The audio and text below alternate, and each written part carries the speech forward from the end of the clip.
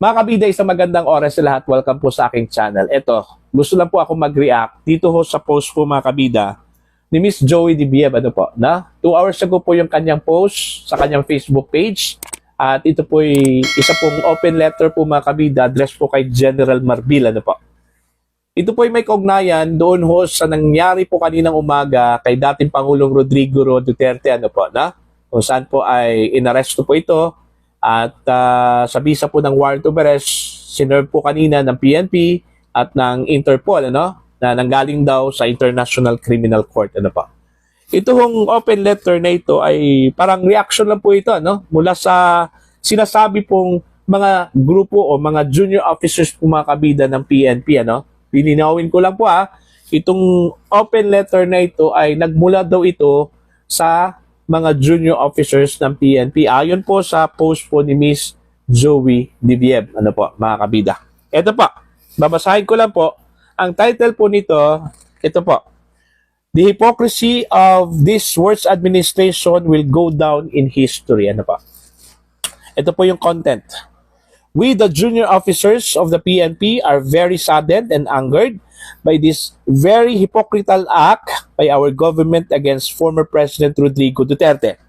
What is happening to our country? Sabay-sabay nilang ba tayo lulubog? What are these all for? For the personal interests of those who are in position and for those who are aiming to be seated in positions, all for money and power. Today in history will mark the worst nightmare for our country, where dissent is a mortal sin and where public service is of no moment. Ano na ang kahinatnan nating lahat?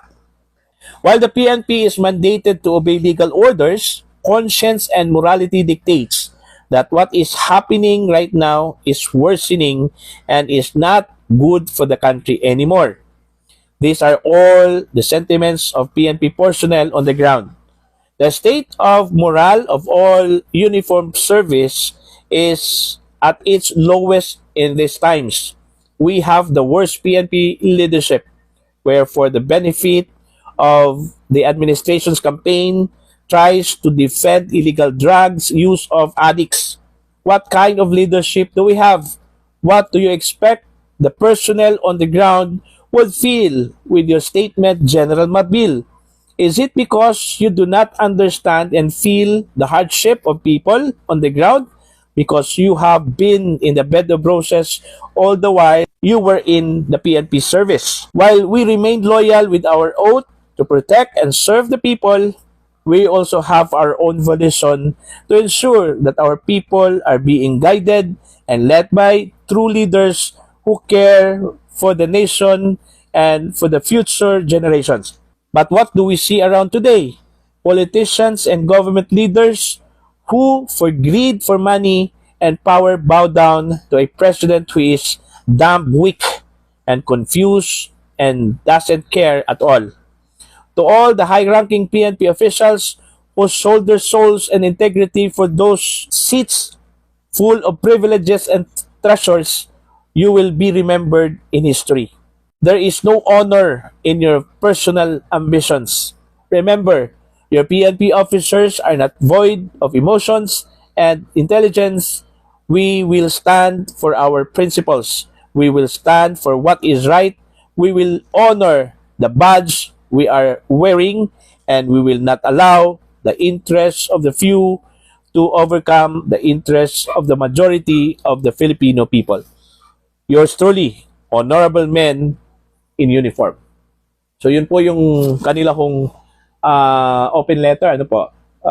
Hindi po natin ma-verify mga kabida kung ito po ba ay nanggaling ba talaga sa mga junior officers. Ano po? Pero hindi po malayo, no? Kasi unang-una po mga kabida, malaki naman pong nagawa po itong si dating Pangulong Duterte sa hanay po ng PNP, ano? Mantakin yun, yung sweldo na natanggap po nila noon. Tinatanggap po ng mga pulis, napakalayo ko ikukumpara po ngayon po mga kabida, no? Diba? Mantakin nyo, double yung sweldo po nila eh. Kaya nga, ginawa po ng dating Pangulo yun kasi naawa po siya sa PNP.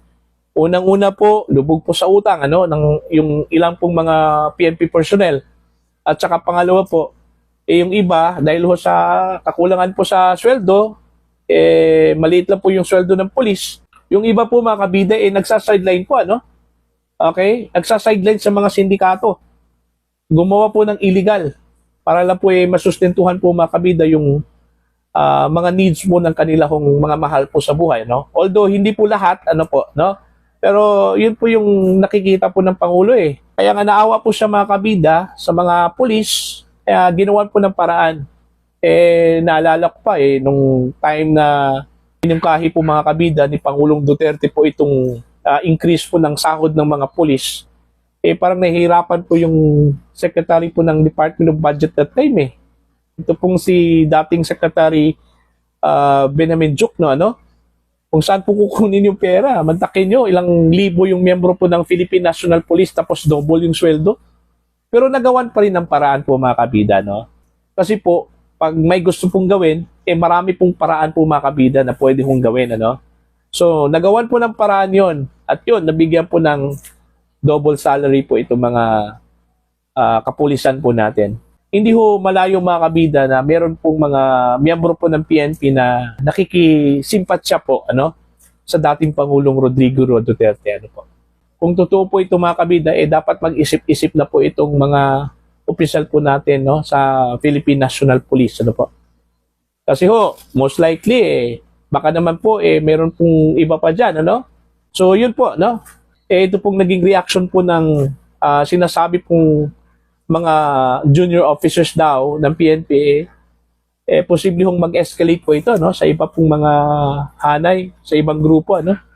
Yung Bangsamoro nga naglabas na po ng kanilang opinion, ano, itong kanilang pahayag tungkol ho sa nangyari po kay dating Pangulong Duterte, ano. Yung IBP po, ano, naglabas na po ng kanilang pahayag, ano po mga kabida.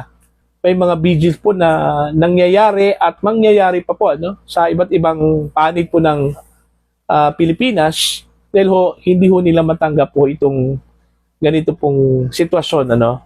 Antakin nyo mga kabida, kahit na po nahihirapan na po itong dating Pangulo kasi ho, tumaas daw itong kanyang sugar level. Gusto po ng pamilya daw mga kabida na dalhin sa ospital ay ayaw daw pumayag ng PNP, ano. So yun pa lang, parang dineprive na po ng kanyang karapatan po itong si Digong, ano? Diba? Galing po yung impormasyon na yon kay Kitty, yung kanyang anak, na pinost po sa Instagram po mga kabida na nagre-reklamo na po, ano? Dahil ho sa kalagayan po ng kanyang ama. Okay? So yan po yung aabangan po natin sa mga darating na araw kung ito po ba ay lalala, no? Ito kong reaction po. Pero ang ating lang po, no, para po sa mga kababayan po natin, kung saan kung maaari sana huminahon po tayo, no. Hindi ho pwedeng daanin po natin ito sa emosyon, ano po. Alam naman po natin, naiintindihan po natin itong mga kababayan po natin. Kahit na ako pro Duterte po ako mga kabida, pero hindi ko pwedeng ilagay yung future po ng mga kabataan po dahil lang po hindi ho tayo mag-isip ng mga paraan na peaceful means, ano, na hindi kailangan pong gamitan po natin ng dahas o puwersa po mga kabida, no. We can still air our sentiments, no, pamamagitan po ng ating pag-voice out po mga kabida sa ating mga nararamdaman, ano, kasi guaranteed yan sa ating saligang batas, ano. Huwag lang ho yung gagamit po tayo ng puwersa, no, para lang po magkagulo, ano. Hindi naman po tama yun, ano. So yun lang po mga kabida, ano po. Para po sa inyong opinion, you can comment down. At sa mga hindi pa po subscribers sa aking channel, please subscribe. Just click the subscribe button, click the notification bell, click all para updated po kayo mga kabida sa aking mga uploads. Maraming salamat po sa inyong lahat.